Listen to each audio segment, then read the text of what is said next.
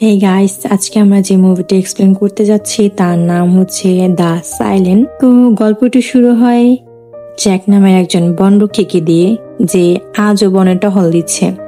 কিন্তু সে জানে না যে এই দিনটা তার জন্য চিরকাল স্মরণীয় থাকবে, কারণ পরের মুহূর্তে কোনো অজানা জায়গা থেকে তার উপর আক্রমণ করা হয়। যদিও এই আক্রমণটি তীর দিয়ে করা হয়েছিল, তবুও সে বেঁচে গিয়েছিল। কিন্তু আজকের সময়ে তীর দিয়ে আক্রমণ করা এই ব্যক্তিটি কে ছিল, এবং যদি সে তা করে থাকে তাহলে কেন সে তা করেছিল, এটি জানার জন্য সে তার জ্যাকেটটি খুলে বন্দুক নিয়ে এগিয়ে গেল। সে জ্যাকেটটি খুলে ফেললো যাতে সে দ্রুত দৌড়াতে পারে, কিন্তু তখন বেশ দেরি হয়ে গেছে এবং এখনো পর্যন্ত সে কিছুই টের পায়নি বা আশেপাশে কিছুই দেখতে পায়নি। এটা সম্ভব যে সে সেখান থেকে পালিয়ে গেছে, অথবা এটি কোনো শিকারী হতে পারে। এইসব যখন তার মনে চলছিল, তখন আরেকটি তীর এসে তার বুকের উপরের অংশ বিদ্ধ করে, যার ফলে সে মাটিতে পড়ে যায়। জ্যাক যে ব্যথায় কাতরাচ্ছিল, তীরটি বের করার চেষ্টা করে, কিন্তু মাঝখানে এটি ভেঙে যায়। তাই তাকে অবিলম্বে এই জায়গা থেকে বেরিয়ে যেতে হবে। তার কারণ সে যদি বেরিয়ে না যায়, সংক্রমণে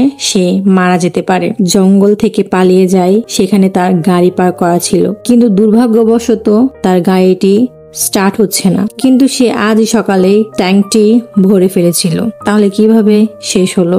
এটা কি সেই শিকারীর কৌশল? এই কারণে সে হেঁটে যাওয়ার সিদ্ধান্ত নেয় এবং সেই সময় সে ঝোপের মধ্যে একটি গাড়ি পার্ক করতে দেখে। এটি সেই অজ্ঞাত ব্যক্তিরও হতে পারে যে তাকে হত্যা করার চেষ্টা করেছিল। তাই সে তাতে একটি চিহ্ন তৈরি করে এবং সাথে সাথে বাড়ি ফিরে আসে। খুব যন্ত্রণাদায়ক অনুভূতি নিয়ে সে তীরটি বের করে, যা দেখতে অনেক পুরনো ছিল। আজকের সময় এ ধরনের তীর তৈরি হয় না। তুমি নিশ্চয়ই ভাবছো যে জ্যাক সবসময় একজন পশু প্রেমী। তা নয়, আগে সে নিজেও অতীতে একজন শিকারী ছিল এবং পুরো শহরে বিখ্যাত ছিল। কিন্তু তার মেয়ে আলিনা তার কাজ পছন্দ করত না এবং সে কারণেই সে এই চাকরি ছেড়ে দেয়। আসলে একদিন যখন সে তার মেয়েকে নিয়ে কোথাও থেকে ফিরেছিল, তখন সে কিছু জিনিসপত্র আনতে নেমে পড়ে এবং ফিরে আসার পর হঠাৎ করে তার মেয়ে কোথাও নিখোঁজ হয়ে যায়। প্রায় 5 বছর হয়ে গেছে এবং আজও সে তার হারিয়ে যাওয়া মেয়ের জন্য পোস্টার লাগাতে থাকে।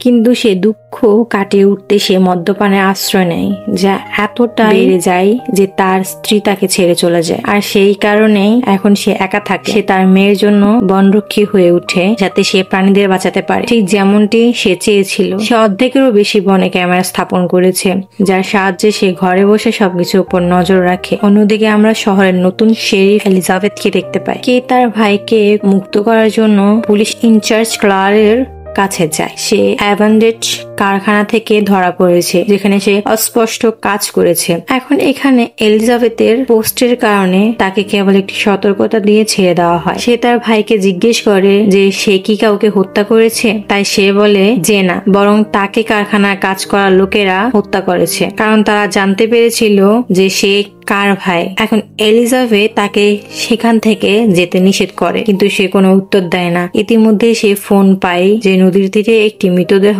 পাওয়া গেছে। সেই কারণে সে ওই জায়গায় চলে যায়। ইতিমধ্যে জয়া প্রাক্তন স্ত্রী তার কাছে আসেন, যিনি চান যে তিনি তার মেয়ের শেষকৃত্য সম্পন্ন করুন, কারণ সে আবার মা হতে চলেছে এবং তিনি চান না যে তার ভবিষ্যৎ সন্তান কোনো খারাপ অতীতের ধারা প্রভাবিত হোক। কিন্তু জ্যাক সেই কাগজগুলোতে স্বাক্ষর করতে অস্বীকার জানায়, কারণ সে এখনো বিশ্বাস করে যে তার মেয়ে বেঁচে আছে। এবং যখন তার স্ত্রী দেখলো যে সে এখনো মাতাল, তখন সে সেখান থেকে চলে গেল, এই বলে যে তার শেষকৃত্য 2 সপ্তাহ পরে যদি সম্ভব হয় তবে এসো। এখন দৃশ্যটি একই অপরাধের জায়গায় হস্তান্তর হয়, যেখানে সমস্ত পুলিশ সদস্যরা সেই মেয়েটির মৃতদেহ খুব কাছ থেকে দেখছিল, কিন্তু তারা এমন কোনো প্রমাণ খুঁজে পায় না যা তাদের জানতে সাহায্য করতে পারে যে তাকে কিভাবে হত্যা করা হয়েছিল। তারপর এলিজাবেথ তার ঘাড়ে আঘাতের চিহ্ন দেখতে পান। এটি একটু পুরনো ছিল, সম্ভবত কারো প্রতিশোধের কারণে তার জীবন কেড়ে নেওয়া হয়েছে। এবং এরপরে তারা আশেপাশে এলাকায় অনুসন্ধান করে। তারা কিছু রক্তের চিহ্ন খুঁজে পায়, যার অর্থ হলো সে দীর্ঘদিন ধরে আহত ছিল এবং বেঁচে থাকার চেষ্টা করছিল, কিন্তু সে নিজেকে বেশিক্ষণ বাঁচিয়ে রাখতে পারেনি। সেখানে তারা একটি খোসা ছাড়ানো গাছে একটি ভাঙা তীর দেখতে পায়, যা তারা ফরেনসিকের জন্য তাদের কাছে রেখেছিল। এখন যখন এলিজাবেথ স্টেশনে পৌঁছায়, পরে এটি পরীক্ষা করে দেখেন, তখন তিনি এর মাঝখানে একটি চিহ্ন দেখতে পান। সেই দিন জ্যাকের বুকে আঘাত করা তীরের মতো। সম্ভবত এই দুজনের মধ্যে কোনো যোগসূত্র রয়েছে।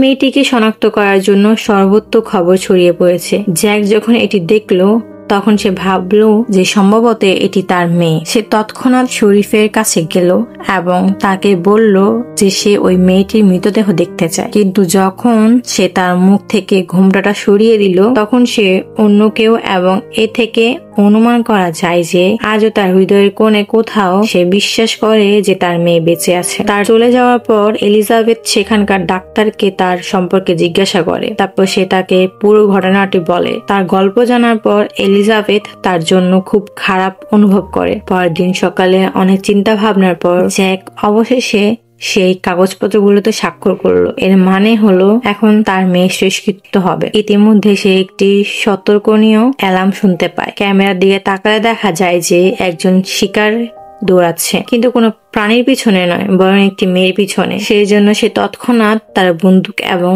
রঙের বাক্সটি নিয়ে নিল। কিছুক্ষণের মধ্যেই তুমি বুঝতে পারবে কেন সে এমন করেছিল। সে একই জায়গায় পৌঁছেছিল, সেখানে আগে আক্রমণ হয়েছিল এবং আজও একই ঘটনা ঘটে, কিন্তু আজ সে সম্পূর্ণ প্রস্তুত হয়ে এসেছিল। সেই রংটি বাতাসে ছুঁড়ে মারলো এবং গুলি করলো, যার ফলে সমস্ত রং পড়ে গেল এবং লাল রং লাগানোর কারণে শিকারী তার কাছে দৃশ্যমান হয়ে গেল। কিন্তু তা সত্ত্বেও সে তাকে ধরতে পারেনি, আর এতে সে খুব রেগে যায়, কারণ আজ তার কাছে একটা ভালো সুযোগ ছিল। এবং এর মধ্যে সেই একই মেয়েটিকে খুঁজে পায় যার পিছনে সে তাড়া করছিল। মেয়েটি আহত ছিল, মেয়ের মৃতদেহের মতো তার ঘাড়ে একই চিহ্ন ছিল। এখন জ্যাক তাকে তুলে নিয়ে খুব নিরাপদ জায়গায় নিয়ে যাওয়া শুরু করে। তাই এখানে শরীফ সেই তীরটি একজন বিশেষ ব্যক্তির কাছে নিয়ে যায়, যার এই বিষয়গুলো সম্পর্কে অনেক জ্ঞান আছে। সে জানায় যে এটি অ্যাটলাস নামে একটি তীর, যা প্রাচীনকালে যুদ্ধের সময় ব্যবহৃত হতো, কিন্তু এখন এটিকে অবৈধ বলে নিষিদ্ধ করা হয়েছে, কারণ এটি মৃত্যু ঘটাতে পারে। কিন্তু হ্যাঁ, এমন একজন ব্যক্তি আছেন যিনি এখনো এটি তৈরি করেন। সবাই তাকে স্যাম বলে ডাকে। এখন এই নামটা শুনে এলিজাবেথের তার ভাইয়ের কথা মনে পড়ে। কিভাবে আমি তোমাকে বলি যে কারখানায় পুলিশ তাকে ধরে ফেলে, সেটি আসলে স্যামের নিয়ন্ত্রণে থাকে এবং সেখানকার ছোট ছেলেদের দ্বারা সে সব অন্যায় কাজ করায়। এই কারণে এলিজাবেথ একই কারখানার দিকে রওনা হয়, কিন্তু সে তাকে কোথাও খুঁজে পায় না। কিন্তু প্যাটি নামের একটি মেয়ে গোপনে তাকে বলে যে তাকে কোথায় পাওয়া যাবে, কিন্তু সেই ঠিকানায় যাওয়ার পরেও সে তাকে খুঁজে পায় না। কিন্তু এলিজাবেথ এমন কিছু জিনিস খুঁজে পায় যার সাহায্যে অ্যাটলাস অ্যারো তৈরি করা হয়েছিল।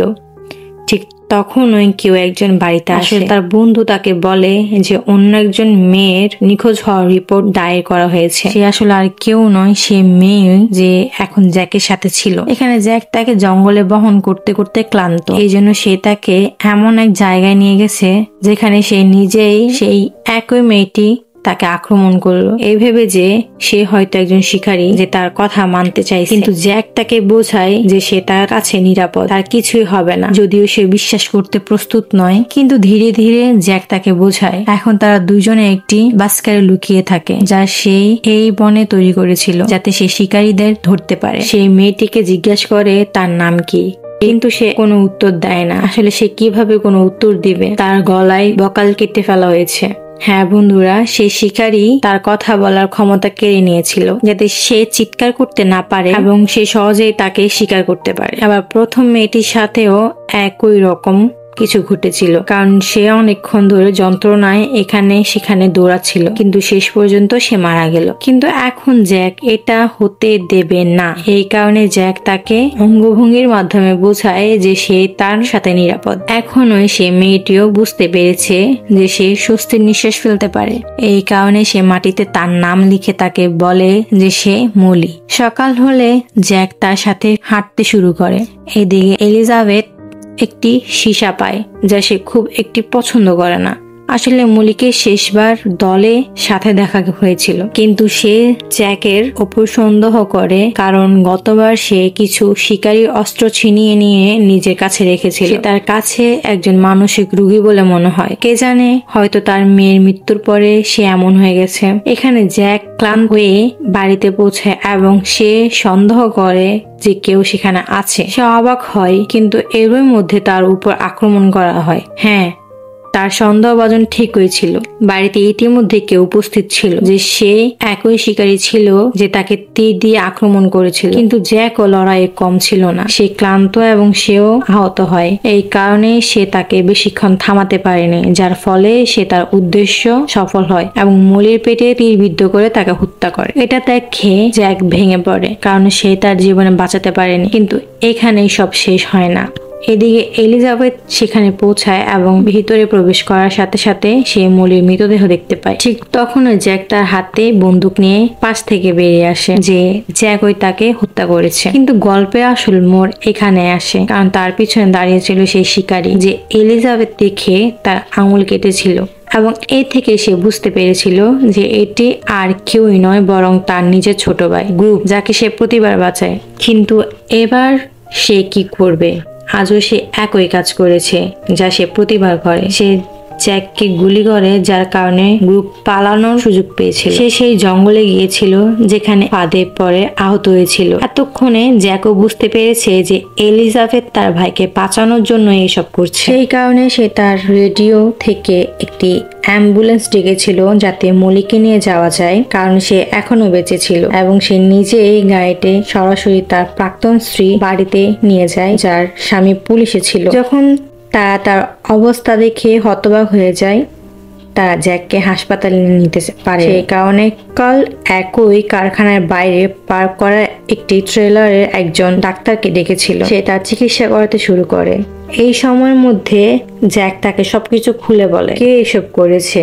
ট্রেলার থেকে বের হওয়ার সাথে সাথেই সে দেখতে পায় তাদের বন্ধুদের সাথে দাঁড়িয়ে মাদক সেবন করছে। এখন তাদের ধরার জন্য এর চেয়ে ভালো সুযোগ তার কাছে আর থাকতে পারে না, এবং সে কারণে সে দৌড়ে গেল। কিন্তু দলটি পালিয়ে ট্রেলারে ঢুকে ডাক্তারের গলায় ছুরি রেখে তাকে হুমকি দিতে শুরু করে। কিন্তু জ্যাক এখনো বেঁচে আছে। সে তার হাত ধরে ডাক্তারকে ছেড়ে দেয় এবং কার্ল অবশেষে তাকে গ্রেফতার করে। অন্যদিকে আহত এলিজাবেথ যখন এই বিষয়টি জানতে পারে, তখন সে তৎক্ষণাৎ তার ভাইয়ের সাথে দেখা করতে আসে, যাতে এবার সে তাকে মুক্ত করার জন্য কোনো কৌশল ব্যবহার করতে পারে। কিন্তু এবার কার্ল তার প্রতি কোনো দয়া দেখায় না। সে এমন বলছিল যে যদি তার ভাই কিছু স্বীকার করে তাহলে সেও তার চাকরি হারাতে পারে। এই কথা শোনার পর এলিজাবেথ চিন্তিত হয়ে পড়ে। তারপর দলটি এই লোকদের এমন একটি স্থানে নিয়ে যায় যেখানে তারা স্যামকে বন্দি করেছিল। হ্যাঁ, একই কারখানায় মালিক যে দলটিকে অনেক নির্যাতন করেছিল, যে দলটি অনেক নির্যাতন করেছিল এর প্রতিশোধ নিতে সে তাকে বন্দি করে। তার মানে যে শিকারী এইসব করেছে সে অন্য কেউ, কে এলিজাবেথকে বোকা বানিয়েছে। এখন এটা জানার পর এই লোকেরা সরাসরি স্যামের কাছে গিয়ে জিজ্ঞাসা করে যে এই তীরটি কি, সে কি এটি তৈরি করেছে। কিন্তু সে অস্বীকার করে, কারণ সে তার কোনো তীরের ওপর কোনো চিহ্ন রাখেনি। এটা কি অন্য কারো কাজ? এটা জানার পর তারা চিন্তিত হয়ে পড়ে, কারণ তারা এখনো শিকারীকে খুঁজে পায়নি। জ্যাক এখন তার বক্তব্য পরিবর্তন করে, যা এলিজাবেথের চাকরি বাঁচায়। সে জানতে পারে যে দলটি এইসব করেনি, তাই এখন মলিও রক্ষা পেয়েছে। এত কিছু পরে সে একটি নতুন জীবন শুরু করার সিদ্ধান্ত নেয়, কারণ এখন সে বুঝতে পেরেছে যে জীবন কেবল একবার আসে। তার সুখে বেঁচে থাকা উচিত এবং এভাবে মদ পান করে তা নষ্ট করা উচিত নয়। কিন্তু সবচেয়ে বড় প্রশ্ন এখনো রয়ে গেছে যে শিকারী কে? কেউ কি তাকে ধরতে পারবে কিনা? জ্যাক এখন কিছু জিনিস কিনতে মুদি দোকানে যায়। তারপর তার চোখ পড়ল সে একই ট্রাকের ওপর, যার উপর সে শুরুতে একটা চিহ্ন রেখেছিল। সে আশায় আলো দেখতে পেল এবং তাই সে তার কাছে গেল, কিন্তু সেখানে কোনো চিহ্ন ছিল না। এটা দেখে সে কেবল হতাশা পেল। এই কারণে সে তার গাড়িতে ফিরে এলো। কিন্তু তারপর নিঃশান্ত যে ট্রাকে যাচ্ছিল তার পাশ দিয়ে আরেকটি ট্রাক চলে গেল। এবার সে আত্মবিশ্বাসী ছিল এবং যে কোনো মুহূর্তে চালককে আক্রমণ করার জন্য প্রস্তুত ছিল। কিন্তু একজন বৃদ্ধ লোক ট্রাক থেকে বেরিয়ে এলেন এবং তাকে দেখে জিজ্ঞাসা করলেন যে তার কোনো ছেলে আছে কিনা। কিন্তু সে তা অস্বীকার করে, বলে যে সে একা থাকে এবং সে এই ট্রাকের মালিক। তাই জ্যাক তাকে মিথ্যা বলে যে আসলে এই ট্রাকের চালক তাকে কেবল একবার সাহায্য করেছিল, তিনি তাকে ধন্যবাদ দিতে চান। তারপর বৃদ্ধ লোকটি তাকে বলে যে মাঝে মাঝে আমার প্রতিবেশী এই ট্রাকটি নিয়ে যেখানে সেখানে যায়। এই কথা শুনে সে তার প্রতিবেশী বাড়িতে গেল এবং বাড়িতে কেউ ছিল না। সে তালা ভেঙে ভিতর ঢুকলো। ঘরে রাখার জিনিসপত্র দেখে সে জানতে পারলো যে এটি অবশ্যই একজন শিকারীর বাড়ি। কিন্তু আরো ভয়ঙ্কর ছিল যখন সে বেসমেন্টে গেল। সেখানে নিখোঁজ মেয়েদের পোস্টার আটকে ছিল এবং এই কোণে তার মেয়ের পোস্টারও ছিল। সে যখন আরো কিছু দূর এগিয়ে গেল তখন একটি অপারেশন রুম দেখলো। সেই সময় সেখানে একজন মেয়ে ছিল যার ভোকাল কর্ড বেরিয়ে ছিল এবং এটি দেখার পর জ্যাক নিশ্চিত হয়ে গেল যে এই সব করেছে সে এই বাড়ির মালিক। কিন্তু সে আরো কিছু ভাবার আগে সেই মেয়েটি মারা গেল। আক্রমণ হয়। যে ব্যক্তি আক্রমণ করেছিল সে আসলে সে ডাক্তারের তার যাকে কালিশার জন্য ডেকেছিল। হ্যাঁ, সে এই গল্পের খলনায়ক। এখন দৃশ্যটি এলিজাবেথের দিকে সরে যায়, যিনি মল্লির সাথে দেখা করতে এসেছিলেন।